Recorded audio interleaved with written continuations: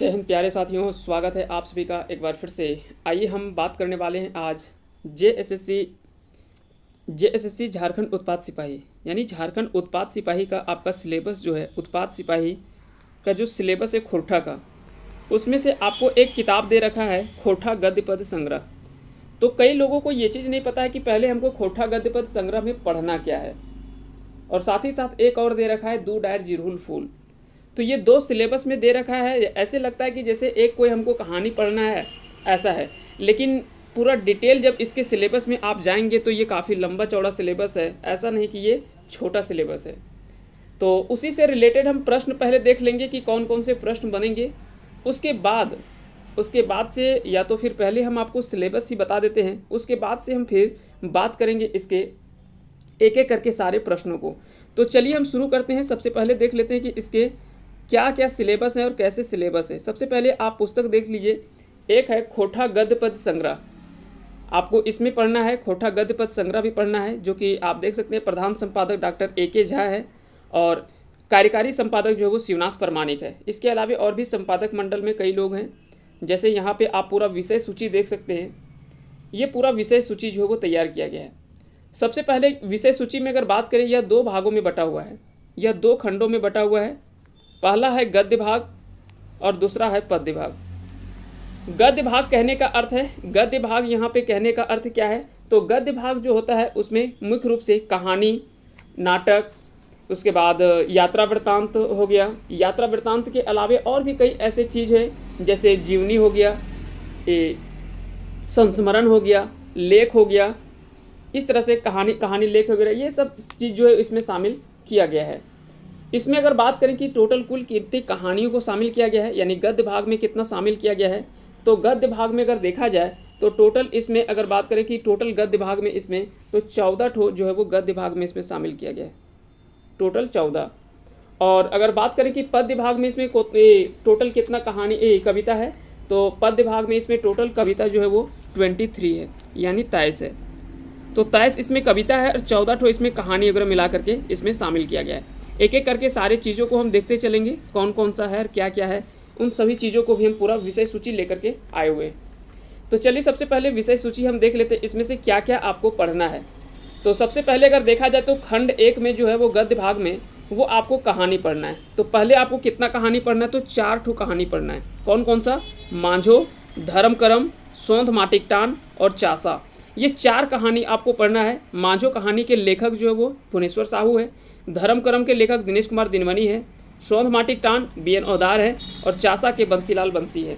तो आपको पहले तो इसमें से 4 कहानी पढ़ना है, ये चीज़ क्लियर हो गया। उसके बाद आपको 3 लेख पढ़ना है।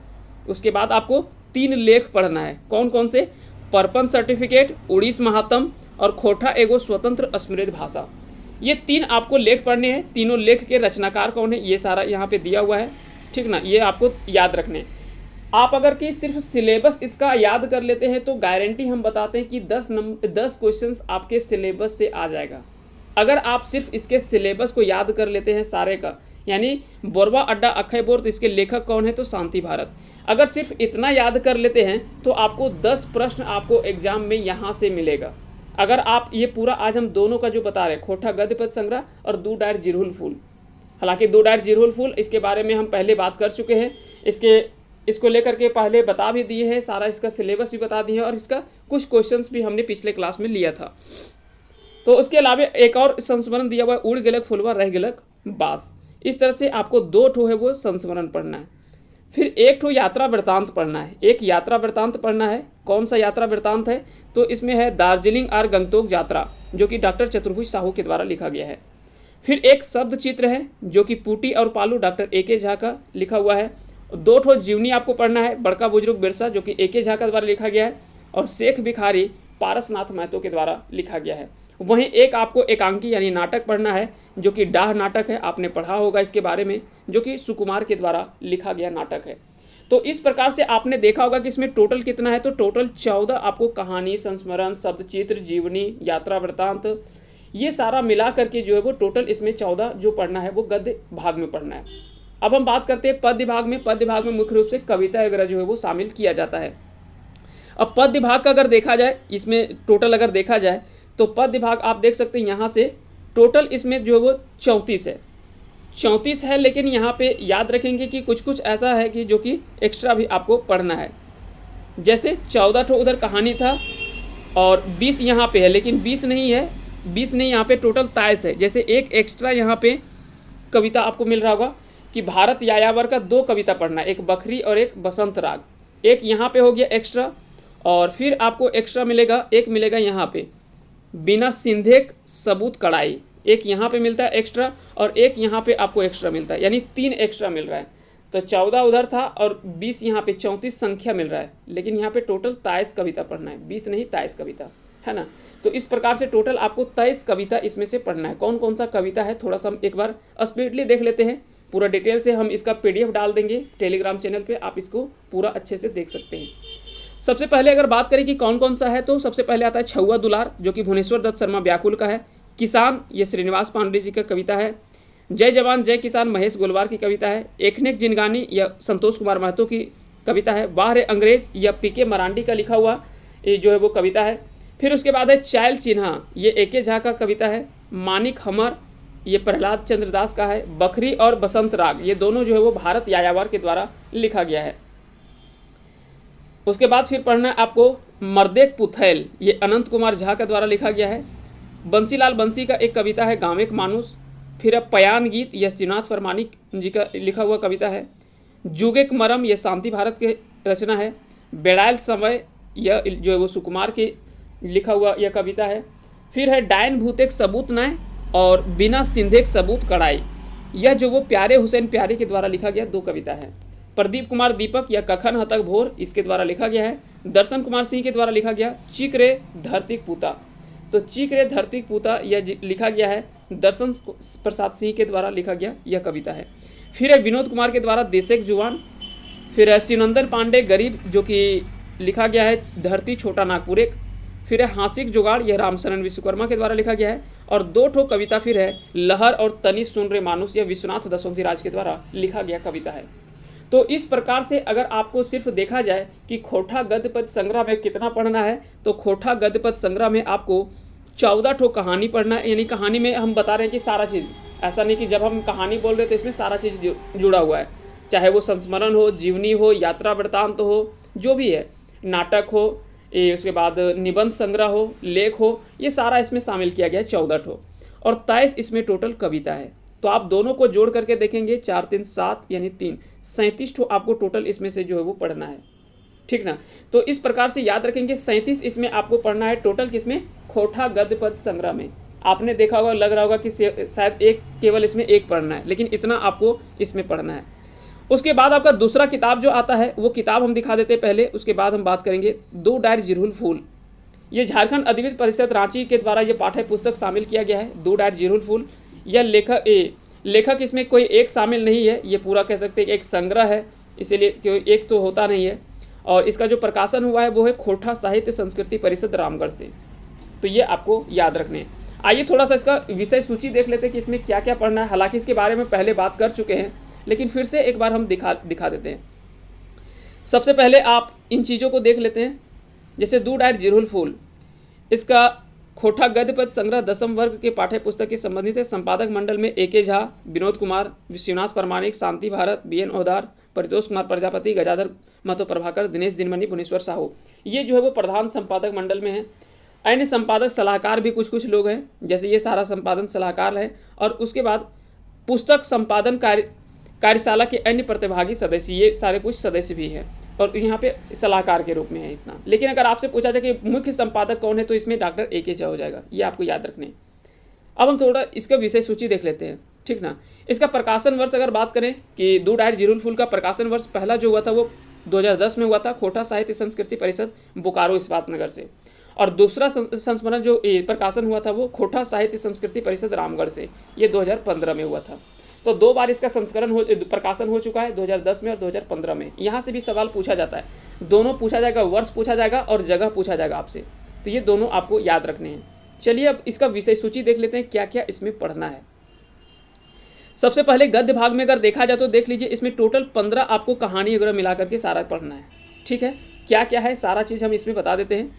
जैसे सबसे पहले पढ़ना है आपको, सबसे पहले जो पढ़ना है आपको ये है खोटा साहित्यिक धरती यानी भाषा निबंध है, जो कि श्रीनिवास पांडे जी का लिखा हुआ है। खोटा भाषा परिचय आर ओकर समस्या, यह भाषा निबंध है चतुर्भुज साहू का। एगो चिट्ठी या पत्र साहित्य है ए.के. झा का। हमें खड़ा हो फिंगाठी या बी.एन. औदार के द्वारा, जो आपने देखा होगा खोटा निबंध जो झारखंड सचिवालय में पढ़ना है, तो उसी का एक कह सकते हैं कि इसमें निबंध जो वो उठा करके डाला हुआ है। करम परब लेख है यह गीता रानी का है। संतोख यह कहानी है भुवनेश्वर साहू का। रसैका यह रैस्का हो जाएगा, यह बंसीलाल बंसी का एक प्रमुख कहानी है। फिर है फूल, यह शांति भारत के द्वारा लिखा गया एक एकांकी है। उसके बाद है चित्रा रानी, यह एक लोक कथा है। चित्रा रानी यह एक लोक कथा है जो कि शिवनाथ परमानी का है। रामनारायण सिंह जीवनी, तिलका मांझी और शेख भिखारी। अब आपने वहाँ पे देखा होगा कि वहाँ पे आपको 2 जीवनी पढ़ना था खोटा गद्य पद संग्रह में। एक तो पढ़ना था शेख भिखारी का और एक पढ़ना था बड़का बुजुर्ग बिरसा, तो यानी बिरसा मुंडा का और शेख भिखारी का। तो देखिए एक चीज़ तो कवर हो गया कि बिरसा, अगर शेख भिखारी का जीवनी एक बार आप पढ़ लेते हैं तो ये दोनों जगह काम आने वाला है। तो ये तो कॉमन पार्ट हो गया, इसमें अलग अलग से पढ़ना नहीं, क्योंकि लेखक भी सारा सेम है, पारसनाथ महतो के द्वारा ही लिखा गया है। तो ये तो सेम हो गया, दोनों जगह एक ही पढ़ना है। चलिए इसमें दिक्कत नहीं है। एक राम नारायण सिंह, ठीक है, और हजारीबाग का जतीन बाघा के नाम से जाना जाता है, यानी हजारीबाग का शेर के नाम से भी जाना जाता है, छोटा नागपुर शेर के नाम से भी जाना जाता है राम नारायण सिंह को। उसके बाद है तिलका मांझी, ये 3 जीवनी यहाँ पे आपको दे रखा है। फिर यात्रा वृत्तांत में दामोदर पारसनाथ बौड़ी यात्रा, यह बंसीलाल बंसी के द्वारा लिखा गया, कह सकते हैं कि यात्रा वृत्तांत है। एक है मुड़ फुचका, यह लघु कथा है गिरधारी गोस्वामी कासखूंटी का। और हरियरे हरियर यह कहानी है गजाधर महतो प्रभाकर का। इसमें टोटल आपको 15 कहानी, जीवनी, लोक कथा, एकांकी नाटक, लघु कथा, यात्रा वृत्तांत, ये सब मिला करके 15 ठो आपको पढ़ना है। इसके बाद अगर बात करें कि इसमें टोटल कविता कितना पढ़ना है, तो चलिए हम थोड़ा सा दिखा देते हैं। कविता इसमें टोटल जो पढ़ना है वो आपको 24 ठो कविता पढ़ना है। कितना? 24 ठो। तो इसमें टोटल कितना पढ़ना है? 15 ठो कहानी वगैरह मिला करके और प्लस 24 ठो आपको कविता। और उसमें कितना पढ़ना था? 14 ठो कहानी था और 23 ठो कविता था। दोनों में लगभग देखिए, दोनों में लगभग बराबर ही है, बहुत ज़्यादा ये नहीं है। थोड़ा सा इसमें 2 ठो एक्स्ट्रा बढ़ा हुआ है। तो यहाँ पे आपको टोटल 37 पढ़ना है और यहाँ पे आपको टोटल 39 पढ़ना है। तो आप याद रख लीजिए, 9 और 7 16 का 6 बचा 1 और 6 7, यानी टोटल 76 ठो कहानी, कविता, ये मिला करके आपको टोटल पढ़ना है। यहाँ पे ग्रामर सेक्शन हम ऐड नहीं किए हुए हैं, ग्रामर यहाँ पे आपका छूटा हुआ है। ग्रामर को भी अगर इसमें ऐड कर दिया जाए तो टोटल आपका अच्छा खासा सिलेबस हो जाता है। तो सिर्फ ये याद रखें कि आपको लगभग 47 ठो तो आपको पढ़ना है कविता और 29 ठो पढ़ना है कहानी वगैरह, है ना, लेख वगैरह, दोनों मिला करके अगर देखें तो 76 ठो लगभग हो जाता है आपका। तो इस प्रकार से इतना आपको पढ़ना है। थोड़ा सा कविता हम देख लेते हैं एक बार इसका स्पीडली थोड़ा सा, उसके बाद फिर हम बात करेंगे क्वेश्चंस के ऊपर। यहाँ पे देखिए सबसे पहले पढ़ना है बावां हाथ, जो कि शिवनाथ परमानी की कविता है। ककर आँखी पानी श्रीनिवास पांडे का है। जाड़ बी.एन. औदार का। स्वागत डॉक्टर ए.के. झा की कविता है। आफत यह विनोद कुमार की है। दोतन पत्तय यह शशि कुमारी का है। माटिक सौंध बास यह भुवनेश्वर साहू का है। कोंटा बेस जुग ये ए.के. झा के द्वारा लिखा गया कविता है। उसके बाद है ए मानुस यह दिनेश दिनमणि का लिखा गया कविता है। स्वराज यह जयवीर साहू का है। माटिक मैल धोबा रे यह बंसीलाल बंसी का है। बेरा रहे थी बारह बाती यह परितोष कुमार प्रजापति का है। करिया पहाड़ यह रमनिका गुप्ता का है। लौतन डहर यह शांति भारत का है। भूतेक डहर यह रामचरण विश्वकर्मा का है। जय जवान जय किसान महेश गोलवार का है। ये आपको कॉमन पार्ट है, उसमें भी आपको पढ़ना था। जीबे ज्योति सय देश यह प्रहलाद चंद्र दास का लिखा हुआ है। छीन लेलक सोनाक थारी यह आपने पढ़ा भी होगा, यह भी काफ़ी अच्छा कविता है प्रदीप कुमार दीपक के द्वारा। ढीठ यह सुकुमार का लिखा हुआ कविता है। संगे संगे वासुदेव महतो। अब धर्बो लुआठी यह भी काफ़ी ज़्यादा चर्चित कह सकते हैं कि कहानी कविता है। के कहो तोरा अबला यह परितोष कुमार प्रजापति के द्वारा लिखा गया है। के कहो तोरा अबला, और यह नारी शक्ति की इसमें बात की गई है मुख्य रूप से। और हामर मने गुमायर यह अकलू राम महतो के द्वारा लिखा गया। और भीखमंगा यह कृष्णचंद्र दास आला के द्वारा लिखी गई कविता है। तो टोटल इस प्रकार से 24 कविता इसमें पढ़ना है और 15 ठो कहानी वगैरह मिला करके पढ़ना है। ये तो आपका सिलेबस हो गया। किताब हमने दिखा दिया, ये सारा किताब है, चाहे तो इस किताब को आप खरीद सकते हैं। साथ ही साथ अब सिलेबस अगर देखें तो सिलेबस में आपको दे रखा है कुछ इस तरह से। चलिए हम थोड़ा सा सिलेबस पे हम नज़र डालते हैं। जैसे यहाँ पे दे रखा है खोटा का सिलेबस, आप देख रहे होंगे गद्य भाग, कहानी, एकांकी, नाटक, लघु उपन्यास, ये सारा इसमें शामिल किया गया है। इसमें से पहला पुस्तक दिया हुआ है खोटा गद्य पद संग्रह, प्रकाशक खोटा साहित्य संस्कृति परिषद बोकारो। तो खोटा गद्य पद्य संग्रह के बारे में हमने चर्चा कर लिया, दूड और जिरहुल फूल, ये दोनों के बारे में हमने चर्चा कर दिया। अब पढ़ना क्या क्या है, तो खोटा गद्य पद्य संग्रह में आपको कितना पढ़ना है, तो यहाँ पे आपको पढ़ना है 14 ठो कहानी और 23 ठो पढ़ना है आपको कविता। यहाँ पे आपको पढ़ना है दूड और जिरहुल फूल में 15 ठो कहानी वगैरह और पढ़ना है 24 ठो पढ़ना है कविता। ये दोनों मिला करके इस तरह से पढ़ना है। उसके अलावे जो दे रखा है दूसरा इसमें, वो है आपका व्याकरण। उसके बाद आपको जो दे रखा है वो है व्याकरण सेक्शन आपको दे रखा है, जैसे संज्ञा, सर्वनाम, कारक, लिंग, निर्णय, मुहावरा, कहावत, ये सारा चीज़ आपको दे रखा है। अब बोलता है कि अगर आपको इसके लिए पढ़ना है तो आप कौन से पुस्तक का सहायता ले सकते हैं। तो सहायक पुस्तक की बात यहाँ पे की गई है। जैसे सहायक पुस्तक की यहाँ पे बात की गई खोटा साहित्य सदानिक व्याकरण, ये लेखक ए.के. झा के द्वारा एक और पुस्तक है, आप चाहे तो मार्केट से खरीद सकते हैं। और नहीं खरीद पाते हैं तो ग्रामर सेक्शन का ऑलरेडी हम वीडियो डाल रहे हैं, और ग्रामर का आपका लगभग कवर जो है वो यहाँ से हो जाएगा आपका। चाहे तो आप यहाँ पे हमें फॉलो कर सकते हैं, और नहीं तो अगर आपको पसंद है कि हमको किताब से पढ़ना है तो आप किताब खरीद सकते हैं। जैसे अगर बात करें खोटा गद्य पद्य संग्रह, तो लगभग 120 रुपये का किताब आता है, लगभग 100 से 120 रुपये लेगा, और 80 से 100 रुपये जो है वो लगभग आपको लग जाता है दूड और जिरहुल फूल किताब का। 80 से लेकर 100 तक अलग अलग जगह पे अलग अलग इसका रेट है। और वहीं पे अगर खोटा साहित्य सदानिक व्याकरण अगर आपको लेना है तो यह भी लगभग आपको 70-80 रुपये यह भी किताब का लगेगा। तो इस प्रकार से अगर देखा जाए तो लगभग 300 रुपये में आपका किताब जो वो होगा। लेकिन यह ध्यान रखना है कि इसमें ऑब्जेक्टिव सेक्शन नहीं है, यानी ऑब्जेक्टिव क्वेश्चंस आपको नहीं मिलेगा। ऑब्जेक्टिव के लिए फिर आपको दूसरा बुक खरीदना पड़ेगा, सिर्फ इसमें कहानी वगैरह मिल जाएगा आपको, ये आपको ध्यान रखना है। तो किताब अगर खरीदेंगे तो सोच समझ के, क्योंकि पैसा बर्बाद आपको नहीं करना है। आप कम साधन में भी कर सकते हैं, थोड़ा सा अगर कहीं सही प्लान के साथ अगर किया जाए तो कम पैसे में भी, कम खर्च में भी आप कर सकते हैं। हालांकि मैं ये नहीं कहता कि किताब आप नहीं खरीदें, जहाँ तक किताब वगैरह होता है सबसे कंप्रोमाइज़ नहीं करना चाहिए किसी भी छात्र को, क्योंकि इतना ज़्यादा खर्च, तो 300 रुपये तो आप हर महीने के मोबाइल में रिचार्ज करवा लेते हैं, तो ये बहुत बड़ी बात नहीं है। अगर आप किताब खरीदते हैं तो ये ख़राब नहीं है, लेकिन चाहें तो आप कम में भी अपना काम निकाल सकते हैं। उसके बाद है एक और, यहाँ पे देखिए ये सारा चीज़ दे रखा है। उसके बाद है खोटा व्याकरण, ये वासुदेव महतो का भी आप चाहे तो खरीद सकते हैं। समसामयिक विषय पर सहायक ग्रंथ खोटा निबंध संग्रह, संपादक मंडल कुमारी शशि, विनोद कुमार, बी.एन. औधार, खोटा निबंध डॉक्टर बी.एन. औधार। हालांकि इतना किताब खरीदने का ज़रूरत नहीं है, बिल्कुल भी नहीं, ये सारा फालतू का दे रखा है, इतना आपको पढ़ना है नहीं। अब देखिए इस तरह से इतना आपको ये सारा चीज़ आपको पढ़ना था। अब यहाँ पे दूड और जिरहुल फूल से संबंधित हम पहले ही, दूड और जिरहुल फूल से संबंधित हम लगभग आपको 200 प्रश्न हम पहले करवा चुके हैं। लगभग आपको 200 प्रश्न इसमें से करवा दिए हैं। अगर आप नहीं देखें तो उसका हम लिंक इस वीडियो के डिस्क्रिप्शन में डाल देंगे, आप वहाँ से उस वीडियो को देख पाएंगे। और चलिए हम बात करते हैं आज खोटा गद्य पद्य संग्रह से संबंधित जो भी महत्वपूर्ण प्रश्न बन सकते हैं, उन सारे प्रश्नों को आज हम कवर करने वाले हैं।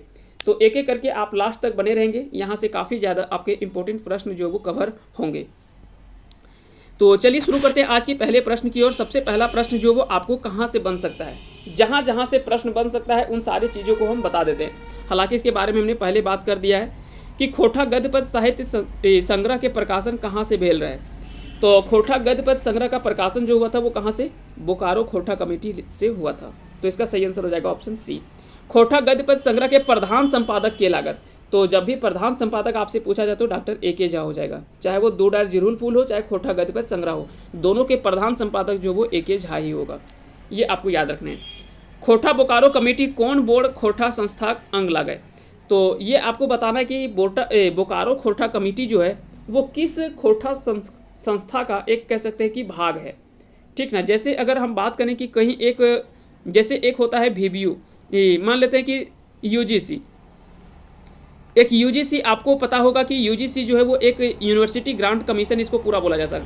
इसके अंडर में कई सारे यूनिवर्सिटीज़ हैं, कई सारे यूनिवर्सिटीज़ हैं। जैसे झारखंड में बोले तो VBU हो गया, विनोबा भावे यूनिवर्सिटी हो गया, नीलांबर पीताम्बर हो गया, उसी प्रकार से कोल्हान हो गया, और भी कई सारा है, ठीक ना। विनोद बिहारी महतो यूनिवर्सिटी हो गया, तो इस प्रकार से रांची यूनिवर्सिटी, रांची यूनिवर्सिटी हो गया। तो इस प्रकार से इसके अंदर में कई सारे यूनिवर्सिटी जाते हैं। तो ठीक उसी प्रकार से अगर बात करें इसके, तो उसी प्रकार से है कि खोटा साहित्य संस्कृति परिषद, खोटा साहित्य संस्कृति परिषद के अंतर्गत कई सारी कमेटियां बनाई गई है जो कि अलग अलग जिलों में इसका जो वो शामिल है। तो उसी का एक भाग है खोटा साहित्य संस्कृति परिषद का ही भाग है खोटा बोकारो खोटा कमेटी। खोटा गद्य पद्य संग्रह के पहिल प्रकाशन कहिया भेल हले। तो अगर पूछा जाए कि इसका पहिल प्रकाशन कब हुआ था, तो इसका पहला प्रकाशन 1989 में हुआ था, 1989 में हुआ था। जबकि दू डायर जिरहुल फूल में हमने देखा था कि दू डायर जिरहुल फूल में एक प्रकाशन हुआ था 2010 में और दूसरा प्रकाशन हुआ था 2015 में। ये दू डायर जिरहुल फूल की बात कर रहे हैं हम, खोटा गद्य पद्य संग्रह की बात नहीं कर रहे हैं। ये दोनों में कन्फ्यूज नहीं करना है। तो आगे चलते हैं अगले सवाल की ओर। अगला सवाल है कि खोटा गद्य पद्य संग्रह में कौन विधाक रचना शामिल है। तो सबसे पहले तो आपको पता होगा कि गद्य पद्य जो है वो दुइयों इसमें शामिल किया गया है। तो इसका सही आंसर हो जाएगा ऑप्शन नंबर ए। खोटा गद्य पद्य संग्रह में कई गो गद्य रचना के आयल है। तो गद्य रचना इसमें टोटल कितना है, तो 14 ठो है। जबकि दू डायर जिरहुल फूल में कितना था, उसमें था 15। ये हम दोनों को कवर करते हुए आपको बताते चल रहे ताकि आप कंफ्यूज नहीं करें।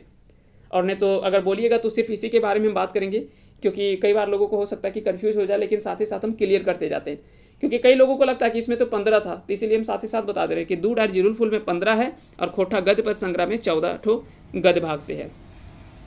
अब यहाँ पे बात किया गया कि खोटा गद्य पद्य संग्रह कर पहिल रचना की है। तो यहाँ पे खोटा गद्य पद्य संग्रह में जो पहला रचना है वो क्या है, तो इसमें पहला तो कहानी संग्रह को जोड़ा गया, जिसमें पहला कहानी है मांझो कहानी है, जो कि काफ़ी ज़्यादा अच्छा कहानी है। इसमें काफ़ी अच्छा कहानी दे रखा है इसका। तो जब आप इस चीज़ को एक बार पढ़ेंगे तो यहाँ से काफ़ी ज़्यादा समझ में आ जाएगा। उसके अलावा अगर बात करें, अगला सवाल है कि खोटा गद्य पद्य संग्रह में कहानी कई गो है। तो कहानी अगर बात करें इसमें से टोटल, तो इसमें हमने बात किया था 4 कहानी है। कितना कहानी इसमें टोटल है, 4 कहानी हमने बात किया था। एक खोटा गद्य पद्य संग्रह में 4 कहानी की बात हमने किया था। कौन कौन सा कहानी था, मांझो, धर्म करम, सोंध माटिक टान और चासा। ये 4 कहानी इसमें शामिल किया गया है, ठीक ना। ये सारा चीज़ आपको याद रखना है। मांझो कहानी के लिखवैया के लगे। तो मांझो कहानी के लिखवैया हमने बात किया था कि भुवनेश्वर साहू के द्वारा लिखा गया यह कहानी संग्रह है। कहानी संग्रह नहीं, कहानी है। संग्रह का मतलब होता है उसमें कई सारी कहानी जुड़ा हुआ होता है, तो वो उसको कहानी संग्रह बोलते हैं। जैसे छाहर एक कहानी संग्रह था, जिसमें 10 कहानी पढ़ना था, तो उसको कहानी संग्रह कहेंगे, जिसमें कहानी एक की से अधिक कहानी उसमें शामिल हो। तो मुख्य रूप से उसको कहा जाता है कि यह किताब ही एक होता है, उसमें 10 कहानी होता है। लेकिन ये आपको याद रखना है, मांझो कहानी के लिखवैया कौन है, तो भुवनेश्वर साहू हो जाएगा। अगला सवाल है कि दिनेश कुमार दिनमणि कौन कहानी के लिखल है। तो आपको बताया हम कि धर्म करम जो है यह जो लिखा गया है दिनेश कुमार दिनमणि के द्वारा।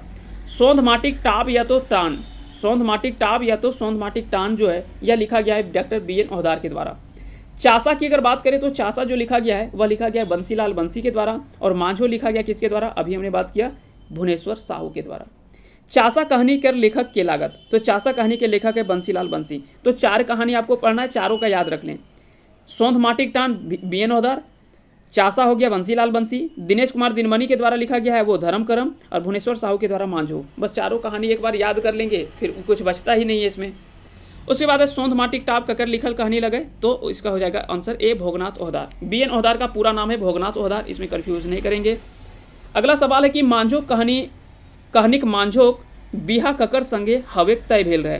तो मांझो का जो बिहा की बात किया गया है कि इसका शादी जो है वो किसके साथ तय होने की बात की जाती है, तो इसका सही आंसर होगा विनोद संगे। इसका राइट आंसर हो जाएगा ऑप्शन नंबर बी। अगला सवाल क्या है कि मांझो हाथ कैसे छेछाए जा है, तो इसका सही आंसर हो जाएगा ढेंकी से। ढेंकी आप सभी को पता होगा कि ढेंकी अगर बात करें, अगर आपने देखा होगा इस प्रकार से कुल यहाँ पे दिया हुआ रहता है और इस प्रकार से यहाँ पे जो बना हुआ होता है, और यहाँ पे कुछ इस प्रकार से यहाँ पे दिया हुआ रहता है। यहाँ पे आपको इसमें जो है वो जोड़ा हुआ रहता है ना। तो इसको ढेंकी कहता है। यहाँ पे आदमी जो वो खड़ा होकर के इसको जो वो अपना पैर से इसको चलाता है, ठीक ना। तो इसको ढेंकी कहा जाता है। और यहाँ पे जो भी अनाज होता है वो सारा डाला जाता है, तो ये ढेंकी उसी को बोला जाता है। तो मांझो हाथ कैसे छेछाया जाए, तो ढेंकी से। अगला सवाल है कि धर्म करम कहानी के में हिंदू समाज कौन बेजाय रीत ऊपर चोट करल गेल है। तो यहाँ पे जो बात किया गया वो मरखी भोजक रीत के जो वो इसमें थोड़ा सा इसमें चोट करल गेल है, यानी कह सकते हैं कि उस पर जो वो थोड़ा सा कटाक्ष किया गया है, ठीक ना, इसमें से बोला गया है। अगला सवाल अगर बात करें कि धर्म करम कहानी में ककरा बापे जमकौआ श्राद्ध भोज करे ले बाध्य करल जा है, तो इसका सही आंसर हो जाएगा ऑप्शन ए यानी अग्नु के। बता दें कि अग्नु के जब पिता मर जाता है तो उसके बाद गांव के लोग या तो वहाँ के जो भी लोग थे वो सभी जो वो बापे जमकौआ श्राद्ध, यानी जमकौआ कहने का अर्थ है बड़ा या बढ़िया से श्राद्ध करने का, उस पर जोर डाला जाता है कि नहीं करना ही पड़ेगा, इस प्रकार से। तो अग्नु का इसका सही आंसर हो जाएगा। अगला सवाल है कि अघनु कौन कहानी का मुख्य पात्र है। तो अघनु यहाँ पे अगर बात करें कि कौन सी कहानी का मुख्य पात्र है, तो इसका राइट आंसर होगा ऑप्शन बी यानी धर्म करम। सोंध माटिक टाप कहानी के मुख्य पात्र के नाम बतावा। तो सोंध माटिक टाप का मुख्य पात्र का जो नाम है वो है रवि। तो रवि याद रखना है। जैसे मांझो में मुख्य पात्र था मांझो, उसी प्रकार से इसमें रवि था। रवि माए बाप के मना कर लो बात, कहाँ जाए से रहे क्रिया खा है। तो इसका सही आंसर हो जाएगा आपन पुरखौती गाँव में। आपन पुरखौती गाँव में इसका सही आंसर हो जाएगा। यानी उसके माता पिता जो है वो इस गांव को जाने के लिए मना करते हैं, फिर भी वो अपना गांव जो है वो पुरखौती गांव जाने का कसम खाता है। तो इसका सही आंसर हो जाएगा ऑप्शन नंबर सी। चासा कहानी में केकर खेत के जमींदार कब्जा कर ले है। तो इसका राइट आंसर हो जाएगा ऑप्शन नंबर बी यानी मंगरू कर जमींदार जो वो मंगरू कर खेत जो हो वो ओकर में जमींदार कब्जा कर ले है। तो इसका सही आंसर हो जाएगा ऑप्शन नंबर बी। शांति भारत कर लिखल संस्मरण के नाम बतावा।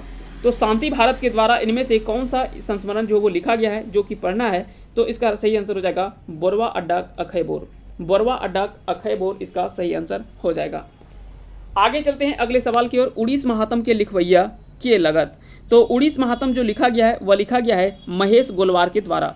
तो महेश गोलवार के द्वारा जो लिखा गया है वो है उड़ीस महात्म। यह एक कह सकते हैं कि इसको आपको याद रखना है। इसका सही आंसर हो जाएगा उड़ीस महात्म का महेश गोलवार। शिवनाथ परमानी के लिखल लेख है। तो शिवनाथ परमानी के द्वारा जो लिखा गया लेख है उसका नाम है खोठा एगो स्वतंत्र समृद्ध भाषा। खोठा एगो स्वतंत्र समृद्ध भाषा इसका राइट आंसर हो जाएगा। अगला सवाल है कि चतुर्भुज साहू कौन पाठ के लिखल है। तो चतुर्भुज साहू की अगर बात करें या कौन सा पाठ जो वो लिखल है, तो इसका राइट आंसर हो जाएगा ऑप्शन ए यानी दार्जिलिंग आर गंगटोक यात्रा। बोड़ बुजुर्ग बिरसा केकर लिखल जीवनी लागे। तो बोड़ बुजुर्ग बिरसा जो है वो किसके द्वारा लिखा गया है, तो इसके बारे में हमने पहले बात किया। यह लिखा हुआ है डॉक्टर ए.के. झा के द्वारा। पारसनाथ महतो ने किसके द्वारा किसका जीवनी लिखा है, तो यह लिखा है आपका क्या बोलते हैं शेख भिखारी। तो शेख भिखारी का जो जीवनी लिखा गया है वो लिखा गया है इसके द्वारा। तो याद रखेंगे शेख भिखारी की जीवनी जो लिखा गया वो पारसनाथ महतो के द्वारा। ए.के. झा के द्वारा लिखा गया बोड़ बुजुर्ग बिरसा का। आगे चलते हैं अगले सवाल की ओर। कौन लेखक बिरसा के भगवान के रामायण के महामानव कहल है। तो इसका राइट आंसर हो जाएगा ऑप्शन नंबर बी यानी ए.के. झा, क्योंकि ए.के. झा ने ही इनकी जीवनी लिखा है जिसके कारण से उनको भगवान रामायण के महामानव कहल है। अगला सवाल देख लेते हैं। अगला सवाल है कि शेख भिखारी के जीवनी के लिखल है। तो पारसनाथ महतो के द्वारा यह लिखा गया है। तो इसका राइट आंसर हो जाएगा ऑप्शन ए। शेख भिखारी के हलत। तो सबसे आप सभी को पता है कि 1857 का जब विद्रोह होता है तो उसमें झारखंड में जो महत्वपूर्ण भूमिका निभाते हैं वो टिकैत उमराव सिंह और शेख भिखारी, ये दोनों का जो वो काफ़ी ज़्यादा अहम योगदान देखने को मिलता है। इनका निधन जो होता है वो 8 जनवरी 1858 को, यानी कह सकते हैं 6 जनवरी 1858 को ये कह सकते हैं कि इसको गिरफ्तार किया जाता है 6 जनवरी 1858 को, और 8 जनवरी 1858 को जो है वो फांसी दे दी जाती है, यानी 2 दिन में फांसी दे दी जाती है। तो ये दोनों चीज़ आपको याद रखना है। यह आज़ादी आंदोलन एक शहीद हल है। तो इसका सही आंसर क्या हो जाएगा ऑप्शन नंबर बी, यानी यह आज़ादी से संबंधित है और 1857 के युग में इन्होंने काफ़ी ज़्यादा महत्वपूर्ण भूमिका निभाया था। अगला सवाल है कि शेख भिखारी के कहिया आर कहाँ फांसी देल घल है। तो थोड़ा सा इसमें डेट जो है वो 6 जनवरी लिखा हुआ है, लेकिन याद रखेंगे इसमें 6 जनवरी को गिरफ्तार किया गया था, फांसी जो वो 8 जनवरी को दिया गया था। तो ये दोनों चीज़ आपको ध्यान में रखना है। आगे चलते हैं अगले सवाल की ओर। अगला सवाल है और टैगोर हिल रांची में इनको फांसी दिया गया था। इसके साथ साथ आपको टिकैत उमराव सिंह भी आपको याद रखने। टिकैत उमराव सिंह ये भी आपको याद रखना। इन्हीं के राज दरबार में ये रहते थे, इन्हीं के दरबार में इन्हीं के राज्य में ये रहते थे।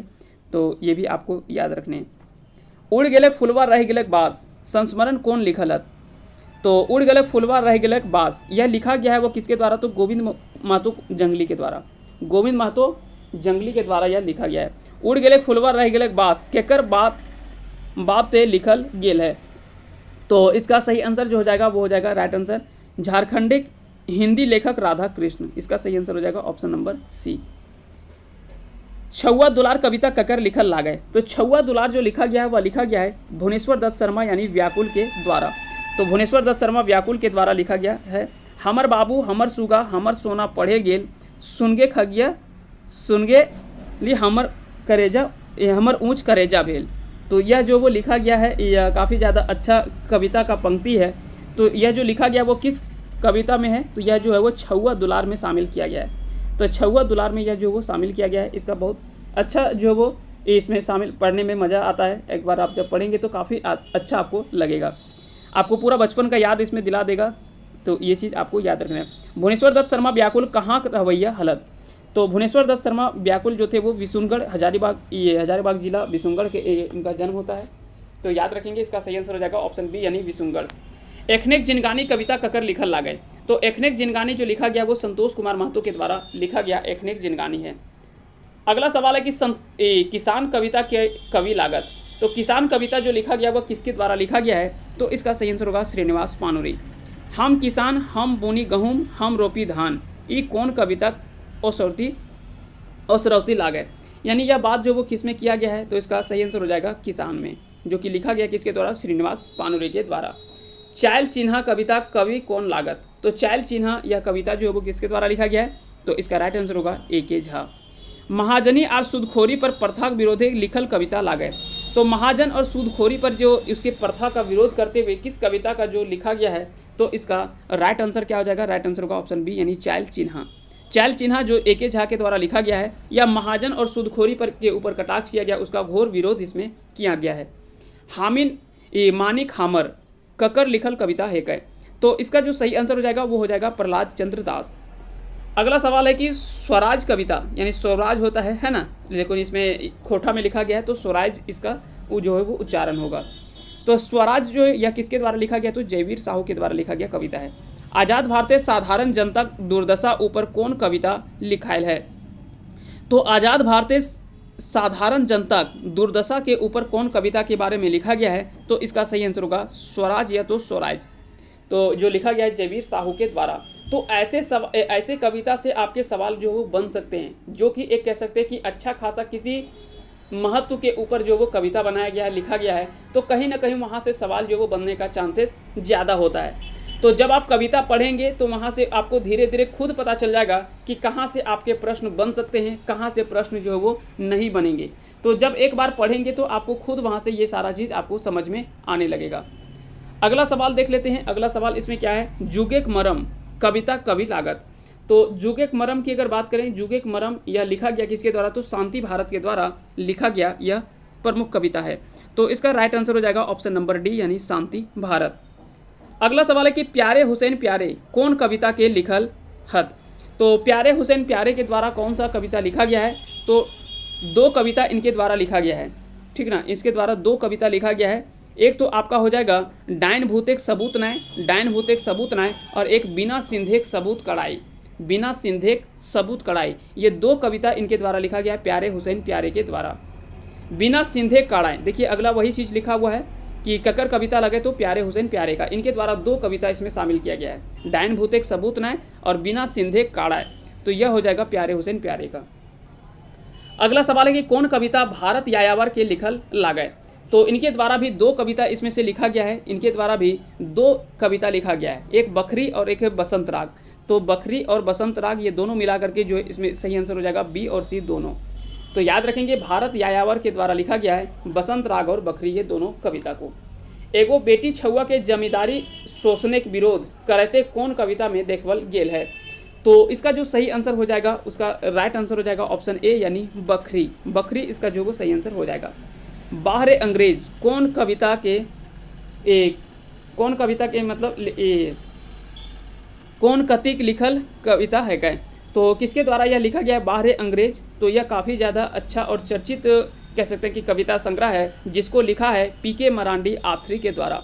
तो पीके मरांडी आथरी के द्वारा यह लिखा हुआ कविता है बाहरे अंग्रेज। तो ये भी आपसे सवाल हो सकता है कि पूछा जा सकता है, इन चीज़ों को जरूर आप ध्यान रखेंगे। अगला सवाल है कि रामशरण विश्वकर्मा के लिखल कविता के की नाम देल गेल है। तो रामशरण विश्वकर्मा के लिखल कविता के नाम की देल गेल है। तो इसका जो सही आंसर हो जाएगा ऑप्शन सी यानी हासिक जुगाड़, हासिक जुगाड़ इसका जो वो सही आंसर हो जाएगा। खोरठा काका हाथरसी ककरा कहल जाए। तो खोरठा काका हाथरसी ककरा कहल जाए, इसका सही आंसर होगा रामशरण विश्वकर्मा के, रामशरण विश्वकर्मा के कहल जाए। कखन हतक भोर कविता के लिखल हत। तो कखन हतक भोर यह कविता जो लिखा गया वो प्रदीप कुमार दीपक के द्वारा लिखा गया है, ये इसका सही आंसर हो जाएगा। मानिक हामर कविता ककर लिखल लागे। तो मानिक हामर जो लिखल कविता है ये लिखा गया है पीसी दास या प्रहलाद चंद्र दास के द्वारा। तो प्रहलाद चंद्र दास के द्वारा यह लिखा गया कविता है। कई बार पूछा जाता है कि पीसी दास का पूरा नाम क्या है, तो प्रहलाद चंद्र दास हो जाएगा इसका सही आंसर। जैसे आपको कई बार पूछा जाता है कि ए.के. झा का पूरा नाम क्या है, तो ए.के. झा का पूरा नाम जो है वो है अजीत कुमार झा। याद रखेंगे, अजीत कुमार झा इनका पूरा नाम है, तो ये भी आपको याद रखने हैं।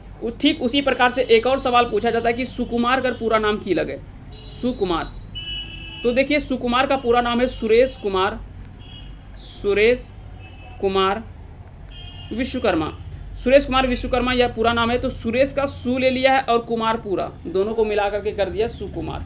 तो ये भी आपको पूछा जा सकता है सवाल। इस तरह के सवाल जो वो बन सकते हैं, क्योंकि साहित्यकार, साहित्य का उसका प्रकाशन वर्ष, उसका प्रकाशक, उसका कौन सा वर्ष प्रकाशन होता है, किस पर आधारित वह कविता या कहानी या लेख किस पर आधारित है, यहाँ से ही तो सवाल बनता है। इसके अलावा उसका एक मुख्य पात्र जो होता है उस पर बनता है। इससे ज़्यादा सवाल आपसे नहीं पूछा जाता है एग्जाम्स में, और बहुत ज़्यादा आपको डीपली सवाल इस बार भी नहीं पूछा जाएगा, ये गारंटी है। सिर्फ आप बोले ना कि सिर्फ अगर इसका सिलेबस भी अगर आप सही ढंग से याद कर लेते हैं कि कौन सा रचना किसके द्वारा किया गया है, तो आप कम से कम 90% सवाल तो वहीं से आप हल कर लेंगे। 80% सवाल सिर्फ अगर वहाँ से कर लेते हैं कि किस पर आधारित है, उसके रचनाकार कौन है, किसके द्वारा लिखा गया है, और किस पर वो किस बेस पर आधारित है वह सवाल, या कहानी जो है, कविता जो है, नाटक है, वो किस पर आधारित है, या जीवनी जो है वो किस पर आधारित है। मान लेते हैं जीवनी अगर बिरसा मुंडा के बारे में बात कर रहे हैं, तो थोड़ा बहुत बिरसा मुंडा के बैकग्राउंड के बारे में आपको पता होना चाहिए। बिरसा मुंडा का एक जन्म कहाँ हुआ था, कब उनका निधन हुआ था, क्या उनका योगदान रहा था, ये चीज़ आपको पता होना चाहिए। जैसे शेख भिखारी के ऊपर है, तो उनके ऊपर भी थोड़ा सा पता होना चाहिए जीवनी के ऊपर। अगला सवाल है कि सुकुमार के लिखल कविता लागे। तो सुकुमार के द्वारा लिखल कविता कौन लागे, तो इसका सही आंसर हो जाएगा ऑप्शन बी, यानी बेड़ाल समय। बेड़ाल समय या तो समय कह सकते हैं। पयान गीत कविता कौन लिखल है, तो पयान गीत या कविता जो लिखा गया वह शिवनाथ परमानी के द्वारा लिखा गया है।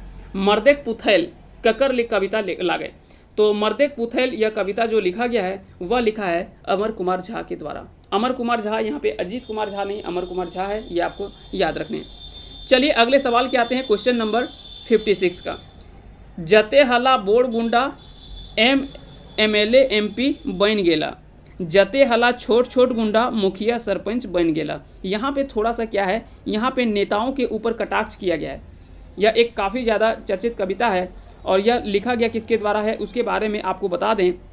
यह काफ़ी अच्छा जो वो लिखा गया है, और यह जो है वो हासिक जोगाड़ जो कविता है, जो रामशरण विश्वकर्मा के द्वारा लिखा गया है, उसी में यह शामिल किया गया है। रामशरण विश्वकर्मा के द्वारा उसी में यह शामिल किया गया है। यह काफ़ी अच्छा कह सकते हैं कि कविता है, जिसमें बोला गया है जते हला बोड़ गुंडा MLA MP बन गेला, यानी जो बड़े गुंडे थे वो MP और MLA बन गए, यानी विधायक और सांसद बन गए।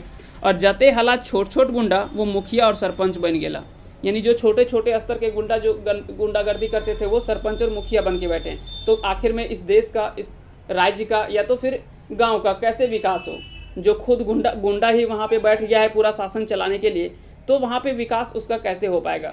और यह कविता जो है वो किसके द्वारा लिखा गया है, तो यह लिखा गया है जो वो लिखा गया है रामशरण विश्वकर्मा के द्वारा।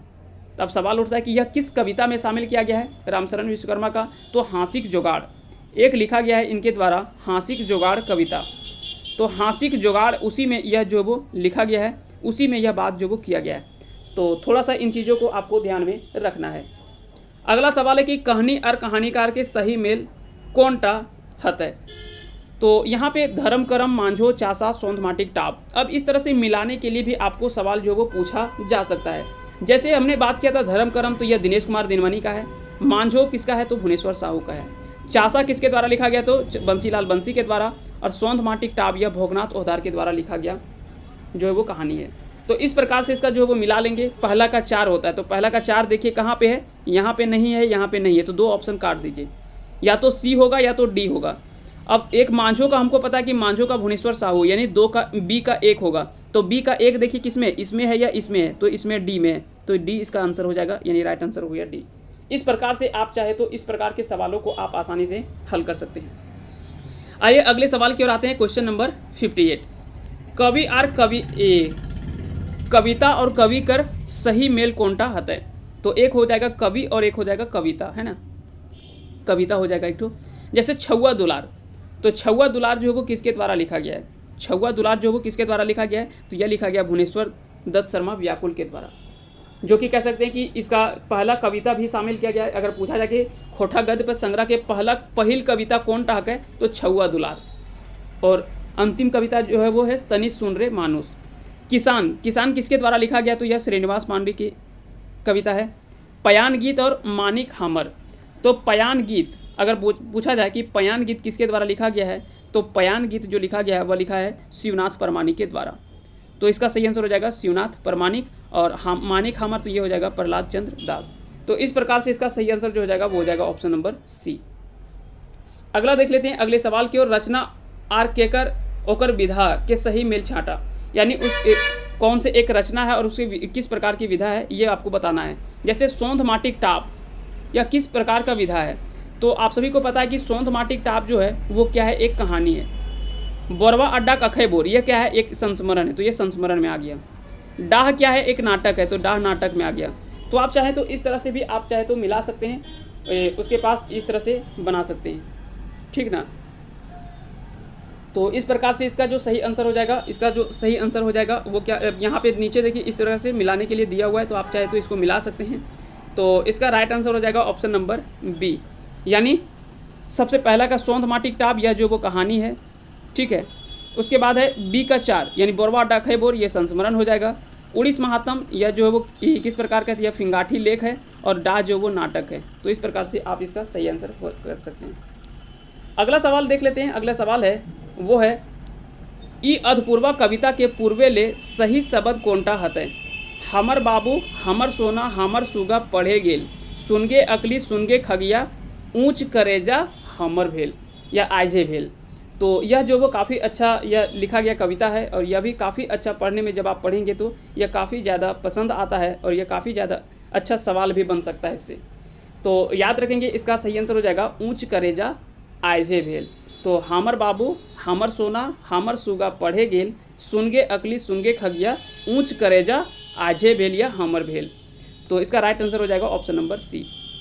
चलिए मिलते हैं अगले सवाल में और अगला सवाल का आप जवाब दे देंगे कि डाह एकांकी के लिखवैया के लागत, इसके बारे में आप कमेंट करके बता देंगे। उम्मीद करते हैं कि आज का ये वीडियो सेशन आप सभी को पसंद आया होगा। अगर पसंद आया होगा तो इस वीडियो को लाइक करें, साथ ही साथ चैनल पे नए हैं तो चैनल को सब्सक्राइब कर दें और बेल आइकन को प्रेस करें, ताकि जब भी कोई वीडियो हम अपलोड करें तो उसका नोटिफिकेशन आपके पास चला जाए और आप आसानी से इसी तरह से बेनिफिट्स उठाते रहें।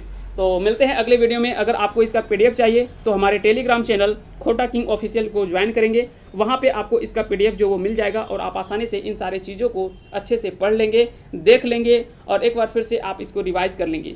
तो चलिए तब तक के लिए मिलते हैं अगले वीडियो में। तब तक के लिए आप सभी को ढेर सारी शुभकामनाएं। आप अपने अच्छे से मेहनत करें और अपने ऊपर आत्मविश्वास बनाए रखें। हमेशा अपना धैर्य कभी खोने ना दें, धैर्य हमेशा बनाए रखें, अपने आत्मविश्वास के साथ पढ़ाई करते रहें, निश्चय ही आपको एक दिन सफलता मिलेगा।